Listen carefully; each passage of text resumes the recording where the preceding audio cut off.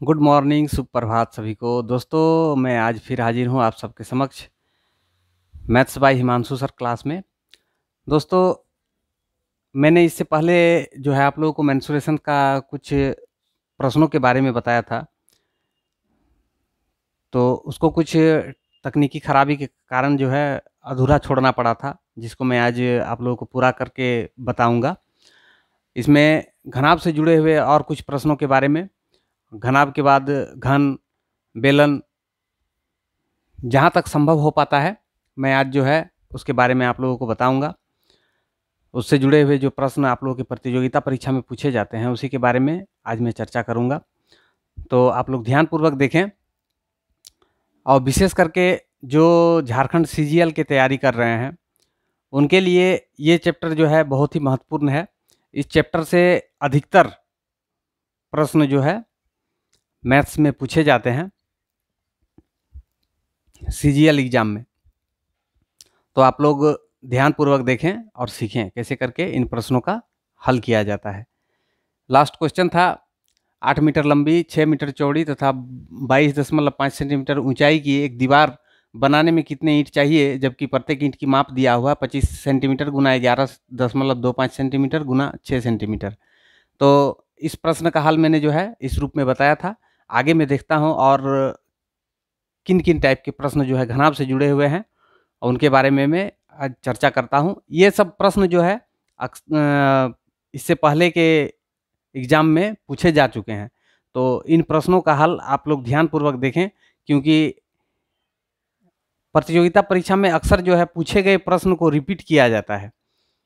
केवल उसमें अंतर यही होता है कि डिजिट को खाली चेंज कर देता है, बस। बाकी पैटर्न जो एग्जाम में रहता है प्रश्न का ठीक इसी प्रकार से रहता है। तो आप लोग इसको जो है ध्यानपूर्वक देखें और सीखें कैसे करके इनका हल किया जाता है। दोस्तों, आप लोगों को शॉर्ट ट्रिक अगर जानना है, इन प्रश्नों को कम से कम समय में बनाने का विधि यदि जानना है, तो मेरे शॉर्ट्स फीड्स में जो वीडियो में डालता हूँ ट्रिक के लिए, उन वीडियो के माध्यम से जो है आप ट्रिक सीख सकते हैं। तो इसलिए आप लोग मेरे शॉर्ट्स फीड्स में भी गणित सीख सकते हैं ट्रिक के माध्यम से। यदि आप लोग में से अभी तक मेरे इस चैनल को कोई सब्सक्राइब नहीं किए हैं तो वो जल्द से जल्द सब्सक्राइब कर लें और साथ ही साथ बेल आइकन को भी प्रेस कर दें, ताकि आपके मोबाइल पर जो है मेरे वीडियो डालने का नोटिफिकेशन आता रहे, जिसके माध्यम से आप उसे देख सकते हैं और सीख सकते हैं। तो चलिए आज का वीडियो स्टार्ट करते हैं और देखते हैं आज क्या क्या प्रश्न है और उन प्रश्नों का हल कैसे करके किया जाता है। ठीक है, चलिए। देखिए दोस्तों, एक प्रश्न है, एक घनाभ की लंबाई, चौड़ाई तथा ऊंचाई का अनुपात 8, 5 और 3 है तथा इसके संपूर्ण पृष्ठ क्षेत्रफल 63,200 सेंटीमीटर स्क्वायर है, तो इसका आयतन ज्ञात कीजिए। तो इसमें हमको दो फार्मूला का जो है यूज करना पड़ेगा। पहला फार्मूला है इसमें संपूर्ण पृष्ठ क्षेत्रफल। संपूर्ण पृष्ठ क्षेत्रफल का जो मान दिया हुआ है उसके माध्यम से पहले हम लोग भुजा ज्ञात करेंगे, इसका लंबाई, चौड़ाई और ऊंचाई तीनों चीज़ हम लोग ज्ञात कर लेंगे। उसके बाद ही इसका हम आयतन वाला फॉर्मूला बैठाकर जो है हम इसका आयतन ज्ञात कर सकते हैं। तो इसको देखिए कैसे बनाएंगे। यहाँ पे भुजा जो है, भुजा को हम ऐसे एगो को मान लेते हैं 8x, दूसरा को मान लेते हैं 5x और तीसरा को मान लेते हैं 3x। ये तो अनुपात में था। अब इसमें हम जो x लगा दिए, इससे क्या हो गया, ये हो गया भुजा का सही मान। अब इसके अनुसार इसका जो संपूर्ण पृष्ठ क्षेत्रफल दिया हुआ है, संपूर्ण पृष्ठ क्षेत्रफल का सूत्र क्या होता है, 2 इंटू लंबाई गुना चौड़ाई जोड़ चौड़ाई गुना ऊंचाई जोड़ ऊंचाई गुना लंबाई। ये हो गया।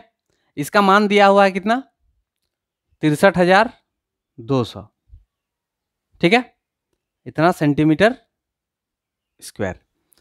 अब इसका मान हम लोगों को ज्ञात करना है।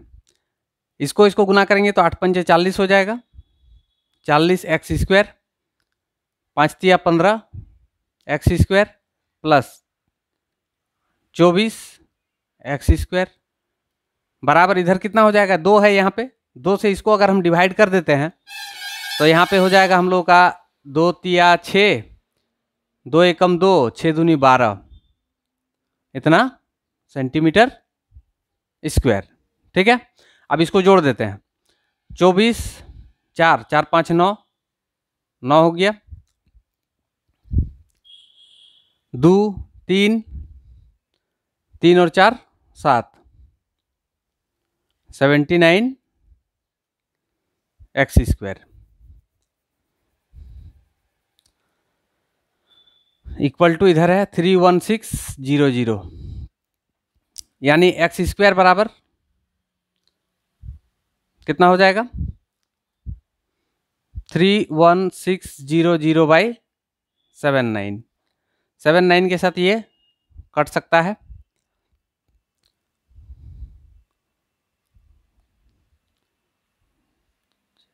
चार बार में। ये हो गया 400, यानी कि एक्स स्क्वायर का वैल्यू जो 400 हो गया, तो एक्स बराबर क्या हो जाएगा √400 हो जाएगा। 400 का वर्गमूल हो जाएगा 20, यानी कि एक्स का वैल्यू कितना आ गया 20। तो यदि एक्स का वैल्यू 20 आ गया, तो यहाँ पे लंबाई चौड़ाई ऊंचाई तीनों का वैल्यू हम लोग जान पाएंगे। देखिए 8x बराबर क्या हो जाएगा 8 दूनी 16, 160 सेंटीमीटर लंबाई हो गया। चौड़ाई हो जाएगा b कितना हो जाएगा 5x, यानी कि 5 दूनी 10, 100 सेंटीमीटर। और ऊंचाई कितना हो जाएगा, ऊंचाई हो जाएगा 3x, यानी कि 3 गुना 20, 60 सेंटीमीटर। तो हम लोग को निकालने क्या बोला है आयतन। अब हम लोग आयतन लिखेंगे किसका, घनाभ का। घनाभ का आयतन होता है लंबाई गुना चौड़ाई गुना ऊंचाई, L गुना B गुना H। L का वैल्यू कितना है 160, B का वैल्यू कितना है 100 और H का वैल्यू कितना है 60। ये सबको मल्टीप्लाई कर देना है। 16 छुक 96, 6 6 36, 6 कम 6 और 3 9, 96, 1 2 3 4, 4 को जीरो यहाँ बैठा दीजिए, इतना सेंटीमीटर क्यूब। ये हो जाएगा इसका आंसर। इसमें जो निकालने बोला था इसका आयतन कैसे होगा या आयतन कितना होगा, उसका वैल्यू होगा 96, उसके बाद 4 जीरो, यानी कि 9,60,000, 9,60,000 सेंटीमीटर क्यूब। ये हो जाएगा इसका आंसर। देखते हैं दूसरा प्रश्न क्या है।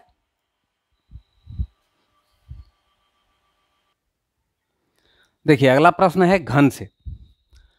एक घन की प्रत्येक भुजा 16 सेंटीमीटर है। घन का आयतन क्या होगा, घन का कुल पृष्ठीय क्षेत्रफल क्या होगा, घन का चारदीवारी का क्षेत्रफल क्या होगा और घन का विकर्ण क्या होगा।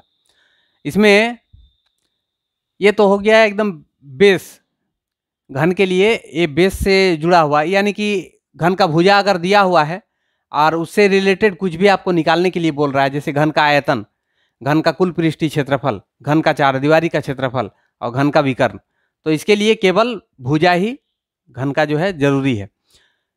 अगर भुजा का मान दिया हुआ है तो इनमें से किसी का भी मान हम लोग ज्ञात कर सकते हैं फॉर्मूला की मदद से। कैसे, देखिए एक नंबर,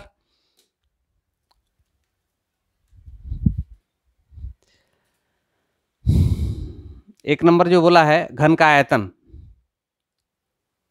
घन का आयतन, तो घन का आयतन क्या होता है भुजा का क्यूब, भुजा का क्यूब, या फिर इसको हम ए क्यूब लिख सकते हैं। ए हो गया भुजा का मान, तो ए का मान कितना है यहाँ 16, 16 का क्यूब कर देना है। ठीक है, 16 गुना 16 गुना 16, ये हो जाएगा इसका आंसर।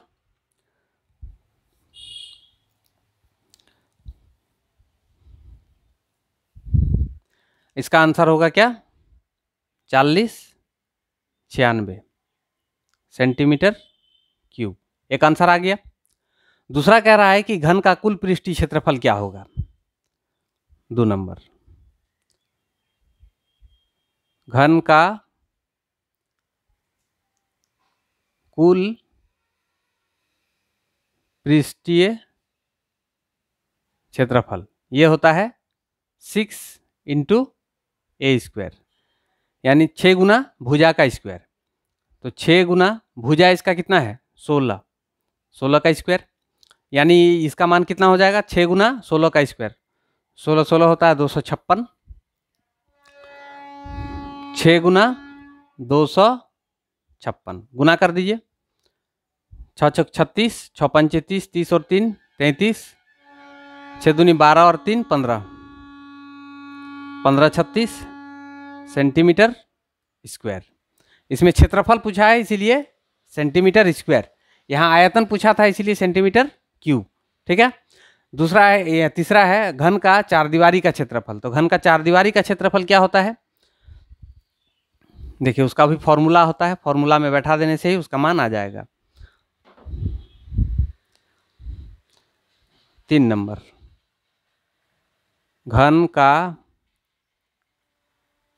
चार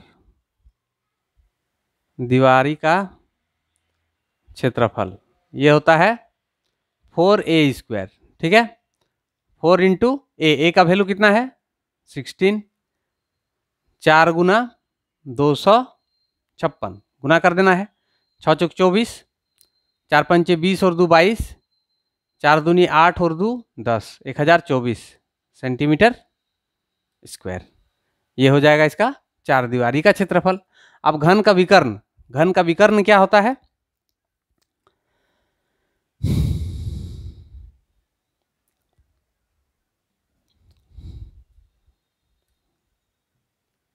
घन का विकर्ण,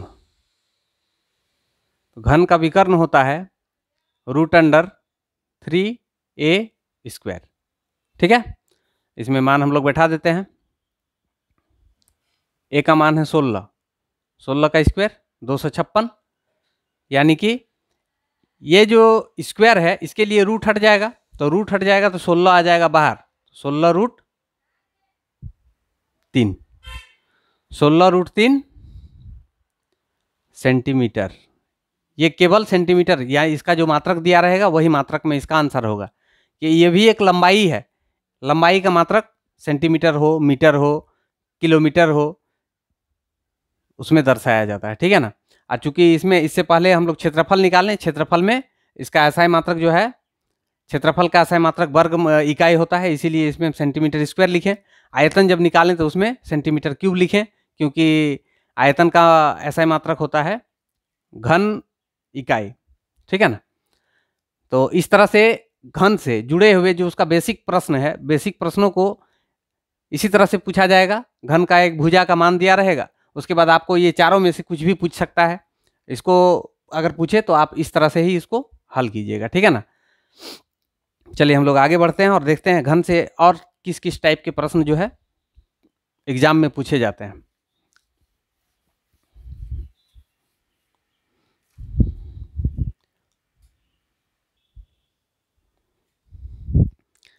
देखिए एक प्रश्न है, किसी घन का संपूर्ण पृष्ठ 150 वर्ग सेंटीमीटर है, इसका आयतन क्या होगा। इसमें एक चीज दिया हुआ है, दूसरा चीज निकालने के लिए कह रहा है। एक चीज क्या दिया हुआ है, संपूर्ण पृष्ठ क्षेत्रफल दिया हुआ है। तो संपूर्ण पृष्ठ क्षेत्रफल जो होता है वो क्या होता है, मान लीजिए इसका भुजा ए है, इसका भुजा ए है। ठीक है, ए सेंटीमीटर है, तो हम यहां लिख सकते हैं संपूर्ण पृष्ठ क्षेत्रफल ये दिया हुआ है कितना 150 सेंटीमीटर स्क्वायर। अब संपूर्ण पृष्ठ क्षेत्रफल का सूत्र होता है 6a स्क्वायर बराबर है 150, या a स्क्वायर बराबर कितना हो जाएगा 150/6, 6 के साथ ये डिवाइड होगा, 6 दूनी 12, 3 बच गया 30, यहाँ पे 30 हो जाएगा, 6 पंचे 30 25, यानी a स्क्वायर इक्वल टू हो गया 25, या a बराबर कितना हो जाएगा √25। तो 25 का वर्गमूल कितना होता है 5, a का वैल्यू हो गया 5। अब हमको इसमें ज्ञात करना है इसका आयतन। तो आयतन क्या होता है, घन का आयतन, घन का आयतन होता है a क्यूब, यानी कि 5 गुना 5 गुना 5, तो ये हो जाएगा 125 सेंटीमीटर क्यूब। ये हो गया इस प्रश्न का आंसर। दोस्तों, इस प्रकार के मैथ्स के लिए ट्रिक सीखने के लिए आप मेरे इस चैनल को सब्सक्राइब जरूर से ज़रूर कर लें, और मेरे शॉर्ट्स फीड्स में आपको जो है मैथ्स के ट्रिक के बारे में जानकारी मिल जाएगी। तो आप मेरे इस चैनल को फॉलो करना और देखना ना भूलें। आगे बढ़ते हैं और देखते हैं दूसरा प्रश्न क्या है।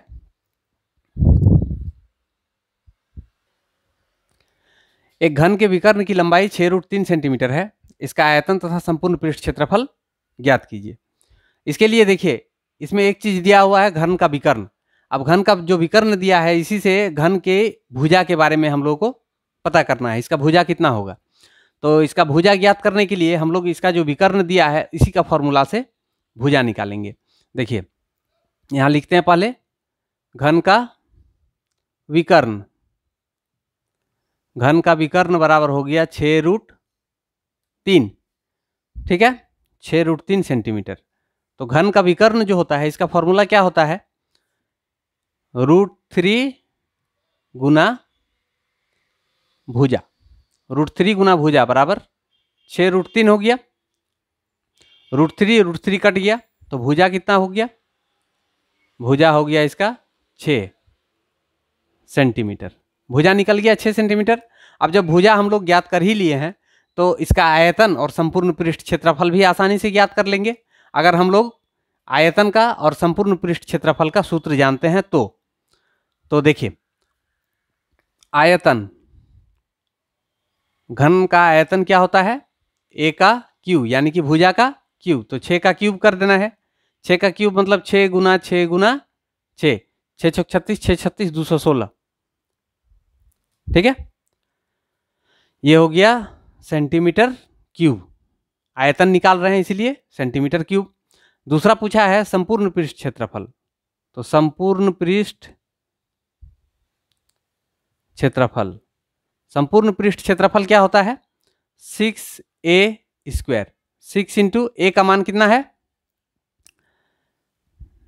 6, इसका स्क्वायर यानी कि 6 छक 36, 6 36 216 सेंटीमीटर स्क्वायर। इसमें स्क्वायर, इसमें क्यूब। क्यों, इसमें क्षेत्रफल पूछा है इसीलिए स्क्वायर, इसमें आयतन पूछा है इसीलिए क्यूब, ठीक है। दोनों इसका डिजिट जो ये मान है, दोनों सही है, दोनों ही एक ही है, लेकिन इसमें जो मात्रक लिखा गया है वो मात्रक अलग अलग है, ठीक है ना। इसमें आप लोगों को जो है कंफ्यूज कर सकता है एग्जाम में। ये दोनों ही डिजिट दिया रहेगा, लेकिन इसमें ये दोनों अलग अलग रहेगा। यदि आयतन के लिए पूछ रहा है तब आपको इसमें सही लगाना है, और यदि आपको क्षेत्रफल के लिए पूछ रहा है तब इसमें सही लगाना है, ठीक है ना। तो इस तरह से आप लोग कंफ्यूज मत होइए, और याद रखिए कि क्षेत्रफल के लिए जो एसआई मात्रक होता है वो वर्ग इकाई होता है, और आयतन के लिए जो एसआई मात्रक होता है वो होता है घन इकाई। तो इसीलिए कंफ्यूज नहीं होके आप लोग सोच के जो है इसका जवाब सही से टिक कीजिएगा, ठीक है ना। चलिए हम लोग आगे बढ़ते हैं और देखते हैं दूसरा प्रश्न।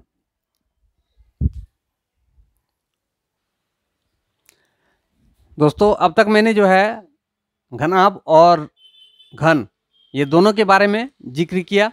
इससे जुड़े हुए प्रश्नों के बारे में मैंने आपको बताया कि किस किस टाइप के प्रश्न जो है इनसे जुड़े हुए आपको पूछ सकते हैं परीक्षा में।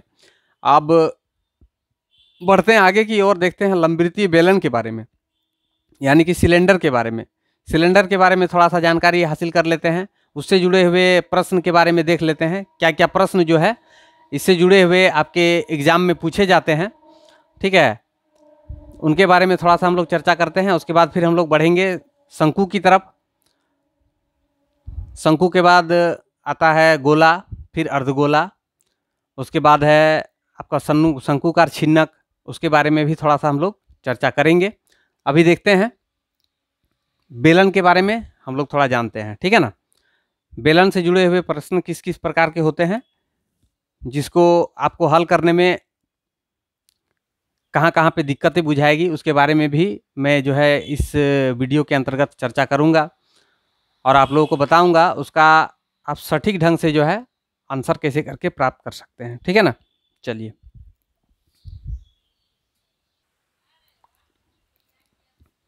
देखिए, बेलन से एक प्रश्न है, एक लंबवृत्तीय बेलन की ऊंचाई या लंबाई 80 सेंटीमीटर तथा आधार की त्रिज्या 3.5 सेंटीमीटर है।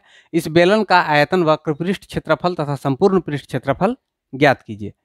एक ही प्रश्न के अंतर जो है आपको 3 गो पूछा गया है। इसका आयतन भी ज्ञात करना है, इसका वक्रपृष्ठ क्षेत्रफल भी ज्ञात करना है और इसका संपूर्ण पृष्ठ क्षेत्रफल भी ज्ञात करना है।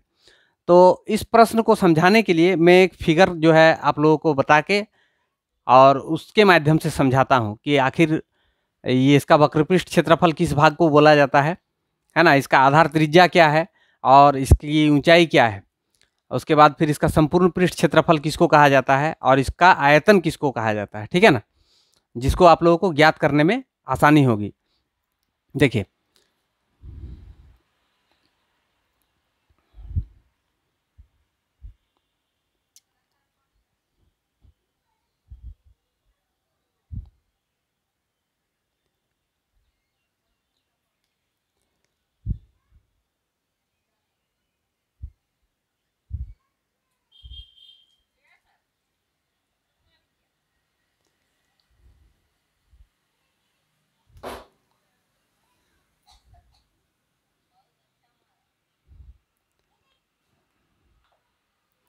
ये जो भाग है ये वृत्ताकार भाग है।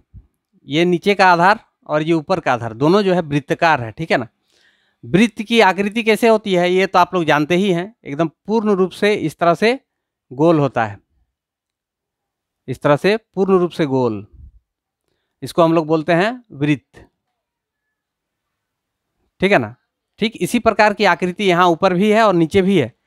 इसी आधार को मानते हुए एक गोल रूप में जो है इसको सिलेंडर भी बोला जाता है, सिलेंडर के रूप में इसको खड़ा किया गया है, ठीक है ना। तो इसमें आधार, इसका आधार त्रिज्या ये जो है यहाँ से यहाँ तक की भाग को आधार त्रिज्या कहा जाता है, इसको कहा जाता है त्रिज्या। इसका मान दिया हुआ है 3.5 सेंटीमीटर। इसको हम लोग आर से भी सूचित करते हैं।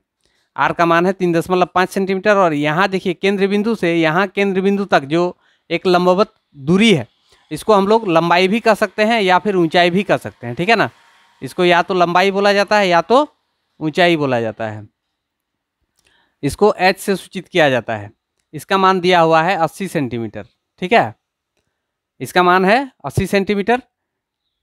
इस रूप में बहुत सारी वस्तुएं जो है हम लोग के घर में पाई जाती है। जैसे कोई वस्तु रखने के लिए हम लोग डब्बा का प्रयोग करते हैं। वो डब्बा जो है बेलन की आकृति का होता है। जैसे कोई पाइप हो गया, पानी का जैसे पाइप हुआ, वो भी जो है बेलन की आकृति का ही होता है। और भी बहुत से ऐसे सामान जो हम घर में यूज करते हैं उसकी आकृति भी बेलन की तरह ही होती है, ठीक है ना। तो इसमें देखिए कह रहा है क्या कि इसका ये आधार का जो त्रिज्या है ये वृत्ताकार भाग है, ये वाला भाग, इसमें समझिए इसका आर जो मान दिया हुआ है 3.5 सेंटीमीटर है, ये वृत्त के लिए, ठीक है ना। चलिए अब हम लोग इसमें आगे बढ़ते हैं और देखते हैं इसका पहला प्रश्न कह क्या रहा है कि इस बेलन का आयतन क्या होगा। ऊंचाई का मान दिया हुआ है, त्रिज्या का मान दिया हुआ है। एक बेलन की आयतन ज्ञात करने के लिए हमको केवल उसका आधार त्रिज्या का मान मालूम होना चाहिए और ऊंचाई मालूम होना चाहिए, ठीक है ना। तो इससे हम लोग जो है आयतन आसानी से ज्ञात कर सकते हैं। चलिए इसका देखते हैं। 1 नंबर प्रश्न क्या बोला है, आयतन। तो आयतन बराबर इसका सूत्र होता है pi R square into H, pi R square into H. अब इसमें पाई का मान तो हम लोग सभी जानते हैं, पाई का मान कितना होता है, या तो 22/7 होता है या तो फिर 3.14 होता है। तो पाई का मान हम लोग जो है यहाँ पे 22/7 बैठाएंगे, 22/7। आर का मान इसमें कितना दिया हुआ है, 3.5 दिया हुआ है। चलिए इसमें 3.5 बैठा देते हैं, इसका स्क्वायर इंटू एच। एच का मान कितना दिया हुआ है, 80 यहाँ पे बैठा देते हैं। अब इसको हम लोग को कैलकुलेट करना है और इसका आंसर प्राप्त करना है। चलिए इसको कैलकुलेट करते हैं। 22/7, ये 3.5 का स्क्वायर, इसका मतलब इसको हम 2 बार लिख सकते हैं, 3.5 इंटू 3.5, इंटू फिर है 80। अब देखिए इसके साथ इसको अगर हम काटते हैं, इसको अगर 35 मान ले तो 7 5 35, लेकिन यहाँ एक के बाद दशमलव था तो यहाँ पर भी एगो दशमलव लगा दीजिए 0.5। इस तरह से भी आप इसको काट सकते हैं। अच्छा चलिए इसका पॉइंट हम हटा देते हैं तो नीचे में आ जाएगा 10, 1 0 इसका, 1 0 इसका कट गया। अब यहाँ पे हम लोग का संख्या बच गया क्या क्या, इसको केवल गुना कर देना है। 22 गुना 0.5 गुना 35 गुना 8। ठीक है, इसको आसान बनाने के लिए देखिए गुना आप कैसे कीजिए, इसके साथ पहले इसको गुना कर दीजिए। 8 पंचे 40, इस 22 को रहने देते हैं, इसको और इसको गुना किए, 8 पंचे 40, 40 लिख दिए। अब यहाँ पे एक के बाद दशमलव है तो एक के बाद दशमलव यहाँ पे बैठ जाएगा, यानी ये हट गया तो यहाँ 4 बच गया। अब यहाँ पे हम लोग का बचा हुआ है 35। चलिए अब इसको गुना करना है। 22 को रहने देते हैं, 4 के साथ इसको गुना कीजिए। 4 पंचे 20, 4 तिया 12, 12 और 2 14, 140।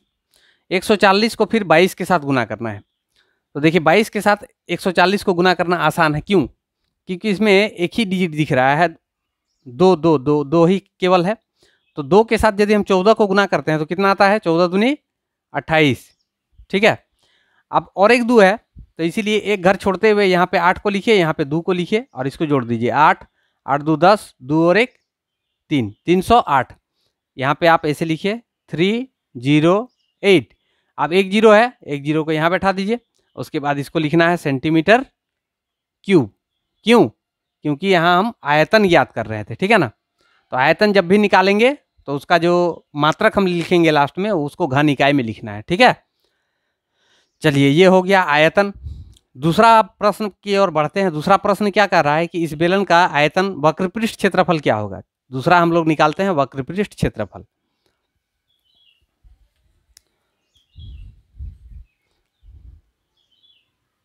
दूसरा है वक्र पृष्ठ क्षेत्रफल। तो वक्र पृष्ठ क्षेत्रफल से हम लोग क्या समझते हैं, इस बेलन की ओर अगर देखें तो इस बेलन में इसका चारों तरफ का, ये देखिए ये जो चारों तरफ घुमा है इस तरह से राउंड जो हुआ है, केवल इसी भाग का क्षेत्रफल हमको पूछ रहा है। ये जो चारों तरफ से घुमा है, नीचे का आधार को छोड़ दीजिए और ऊपर के आधार को भी छोड़ दीजिए, बाकी क्या बचेगा। इसमें आप एक पाइप की कल्पना कीजिए। पाइप जो होता है पानी वाला पाइप, उसको एक सिरा से अगर काट के अलग कर लिया जाए कुछ लंबाई तक, तो उतने ही लंबाई तक केवल उसके चारों तरफ में जो पाइप का हिस्सा बना है, जो प्लास्टिक लगा हुआ है, उसी का चारों तरफ का खाली बाहरी जो है क्षेत्रफल हमको ज्ञात करने के लिए बोल रहा है। वही हुआ इसका वक्र पृष्ठ क्षेत्रफल। यानी इसका ऊपर वाला भाग का भी कोई काम नहीं, ये भी खुला है, ये भी खुला है, तो बाकी जो भाग बच गया उसकी बाहरी सतह का क्षेत्रफल। तो उसकी बाहरी सतह का क्षेत्रफल यानी कि वक्र पृष्ठ क्षेत्रफल। जब भी आपको वक्र पृष्ठ क्षेत्रफल बोले मतलब आपको समझ लेना है कि हमको पाइप का केवल बाहरी सतह का जो है क्षेत्रफल पूछ रहा है। ठीक है ना, तो वक्र पृष्ठ क्षेत्रफल जो होता है वो क्या होता है, देखिए इसका आधार का जो परिधि है, उस आधार की परिधि को केवल h, जितना ऊंचाई का ये पाइप है उस ऊंचाई तक, h ऊंचाई तक गुना कर देना है। ठीक है ना, यानी कि 2 पाई r इंटू h। 2 पाई r क्या है, एक वृत्त की परिधि होती है। ये जो गोलाकार भाग है, इस भाग का परिधि, इस भाग की अगर लंबाई निकालने के लिए हम लोग को पूछे तो 2 पाई r का प्रयोग करते हैं ना।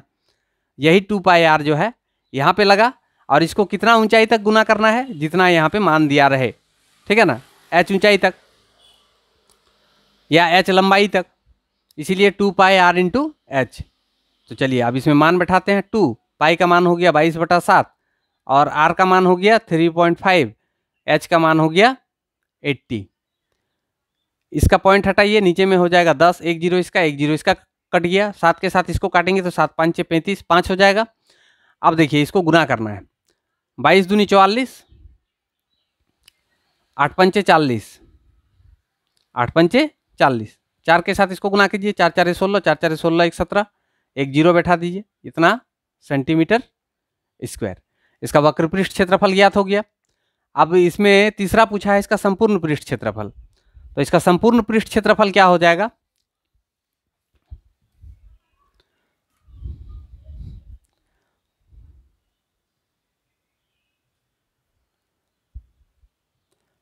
संपूर्ण पृष्ठ क्षेत्रफल बराबर होता है इसका जो वक्र पृष्ठ क्षेत्रफल हम लोग निकाले, इसके चारों तरफ के दीवार का क्षेत्रफल हो गया। अब नीचे में एक आधार है, ऊपर में एक आधार है, तो आधार क्या है? वृत्त है। एक वृत्त का क्षेत्रफल नीचे, एक वृत्त का क्षेत्रफल ऊपर, दोनों दो को वृत्त का क्षेत्रफल इसमें केवल जोड़ देना है, यानी कि 2 pi R H plus 2 pi R square. ठीक है, तो 2 पाई आर एच ये जो है 2 इंटू पाई का मान हो गया 22/7, आर का मान हो गया 3.5 इंटू एच का मान हो गया 80 प्लस 2 पाई का मान हो गया 22/7, आर का मान हो गया 3.5 इसका स्क्वायर। तो इसका मान अभी हम लोग ज्ञात किए। चलिए इसको और एक बार ज्ञात कर लेते हैं। 1 0 कैंसिल, 7 के साथ इसको काटेंगे तो 5, यहाँ पे हो गया हम लोग का 44 और यहाँ पे हो गया 40 प्लस इसमें क्या हो जाएगा 7 पंचे 35, 0.5 है।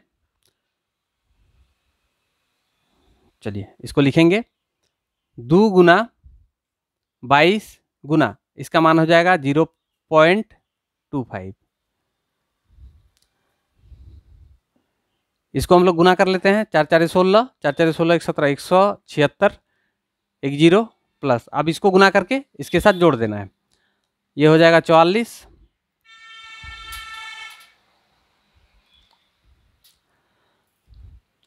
25 4 100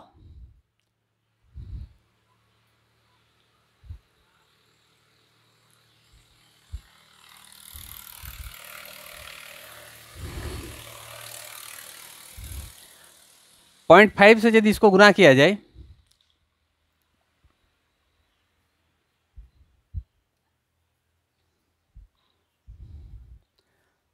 0.25 1760, इसके साथ अगर इसको गुना करते हैं तो इसका मान आ जाएगा 11। 11 इसमें जोड़ दीजिए, 1 7 7 1 इतना सेंटीमीटर स्क्वायर, ये हो जाएगा इसका आंसर। संपूर्ण पृष्ठ क्षेत्रफल इस तरह से हम लोग ज्ञात कर सकते हैं। ठीक है, अब बढ़ते हैं आगे की ओर और देखते हैं बेलन से संबंधित और किस तरह के प्रश्न जो है पूछे जाते हैं, उसके बारे में थोड़ा चर्चा करते हैं।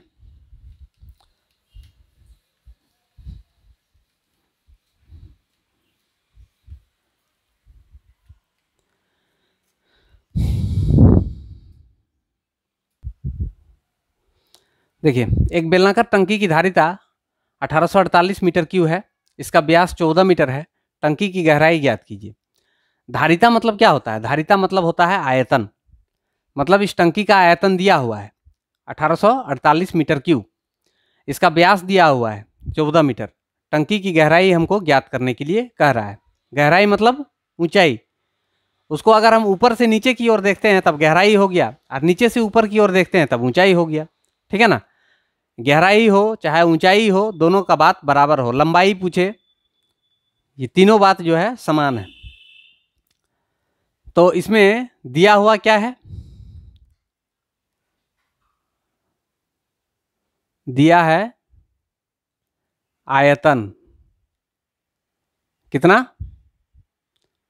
1848 मीटर क्यूब। आयतन का फॉर्मूला क्या होता है? यहाँ पे किसके बारे में पूछ रहा है? बेलनाकार, बेलन के लिए। तो बेलन का आयतन होता है पाई आर स्क्वायर एच, इसका मान है 1848। ठीक है, अब यहाँ पे और एक चीज दिया हुआ है, इसका व्यास। तो व्यास से तो हम लोग को कोई मतलब है नहीं, हम लोग को चाहिए क्या? त्रिज्या, आधार त्रिज्या चाहिए। तो यहाँ पे डी का मान दिया हुआ है 14 मीटर। ठीक है, आर बराबर होता है डी का आधा, तो डी हो गया 14, 14/2 यानी कि 7 मीटर। आर का मान हम लोग निकाल लेंगे यहाँ 7 मीटर। ठीक है ना, अब यहाँ पे देखिए पाई का मान 22/7 लिखते हैं, आर का मान हो जाएगा 7, इसका स्क्वायर एच का मान नहीं दिया हुआ है, एच का मान ही हम लोगों को ज्ञात करना है। यहाँ पे हम लोग एच ज्ञात करेंगे, ठीक है ना। तो यहाँ पे जो 1848 दिया हुआ है इसको लिख देते हैं। अब देखिए यहाँ एगो साथ कैंसिल, यहाँ पे हम लोग का बच गया एच, तो एच बराबर हो जाएगा 1848 इंटू तो होगा नहीं, नीचे में कुछ संख्या नहीं बचा है, नीचे आ जाएगा 22 और 7 के साथ इसको पहले काटते हैं। 7 दूनी 14, 4 बच गया, यहाँ पे अगर 4 ले लेते हैं तो 44 हो जाएगा, 7 चौक 42, 2 बच गया 28, 7 चौक 28, 264। अब इसको 11 से काटते हैं, 11 दूनी 22, 11 से ये भी कट जाएगा, 11 दूनी 22, 4 बच गया 44, 11 चौके 44, 24, 2 के साथ ये कट जाएगा तो हो जाएगा 12, यानी एच बराबर कितना है 12 मीटर। चूंकि ये सभी मीटर में दिया हुआ था, इसका देखिए घन मीटर था, यहाँ पे मीटर में दिया हुआ था, तो एच का मान भी जो है मीटर में ही निकलेगा। एच बराबर 12 मीटर, यानी कि इस टंकी की गहराई या ऊंचाई कितना होगा 12 मीटर होगा। इस प्रकार से इस टाइप के प्रश्नों को आप हल कर सकते हैं, ठीक है। तो दोस्तों इस टाइप के और प्रश्न मैं लेके आऊँगा आप सबके समक्ष, तब तक के लिए आप लोग देखते रहें और सीखते रहें। दोस्तों अभी तक जिन्होंने मेरे इस चैनल को सब्सक्राइब नहीं किया है वो जल्दी से जल्दी सब्सक्राइब कर लें, और आगे के आने वाले वीडियो के लिए बेल आइकन को भी प्रेस कर दें ताकि आपको आने वाले वीडियो का भी नोटिफिकेशन मिलता रहे। धन्यवाद।